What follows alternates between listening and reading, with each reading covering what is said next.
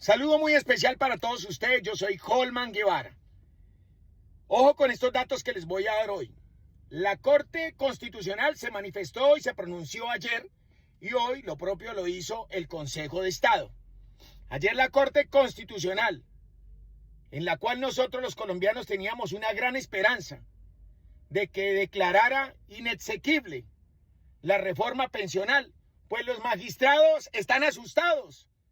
Tienen miedo y le tienen miedo a Petro, porque obviamente esta reforma pensional estaba viciada, y así lo había expresado la senadora Paloma Valencia, porque fue la única ponencia que estudiaron y que según ellos, pues tenían que devolverla a la Cámara para que hicieran las correcciones y luego nuevamente la presentaran a la Corte Constitucional para determinar si era exequible o no.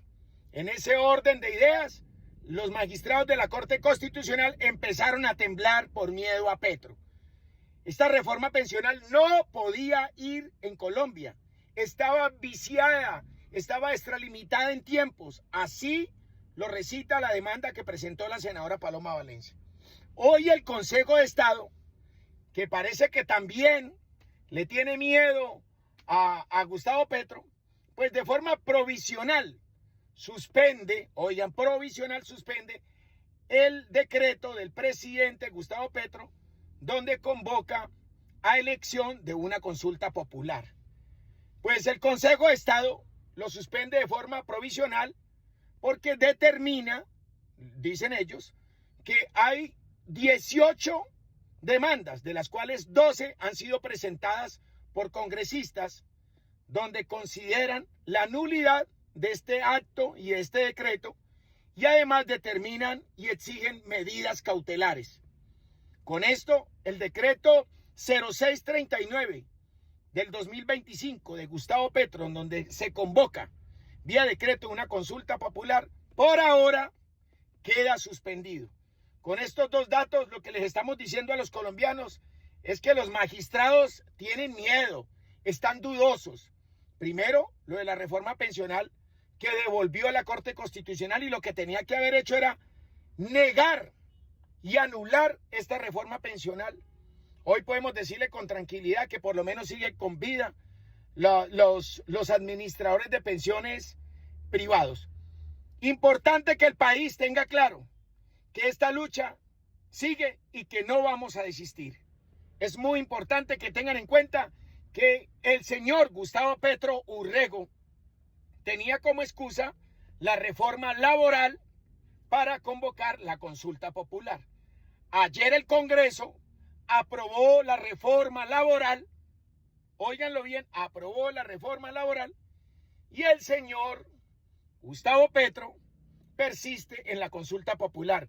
Pero además, el Congreso, una vez había quórum, pues decidieron votar entonces, someter a votación la nueva consulta popular 2.0, lo cual fue derrotada en el Congreso. O sea que no hay ningún camino, pero lo más curioso de todo esto es que el señor Gustavo Petro sigue insistiendo en la consulta popular.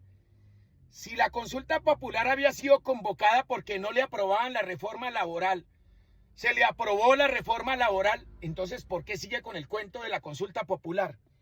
Me preocupa también el registrador Hernán Penagos, quien no fue capaz de emitir un concepto frente a la consulta popular que presentó Gustavo Petro y se la trasladó a los señores del Consejo de Estado. Pues digamos que el registrador es autoridad electoral y el Consejo de Estado pues sí tiene unas facultades más importantes administrativas y judiciales. En ese orden de ideas, lo que nos estamos dando cuenta es que el Consejo de Estado, la Corte Constitucional y el Registrador Nacional empezaron a jugar ping-pong sobre la mesa, mientras los colombianos tenemos que seguir soportando esta catástrofe que se llama Gustavo Petro.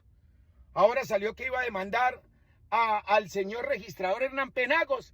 Empezó a llenarse de motivos y ojo, porque ya alistó el gobierno de Gustavo Petro dos reformas.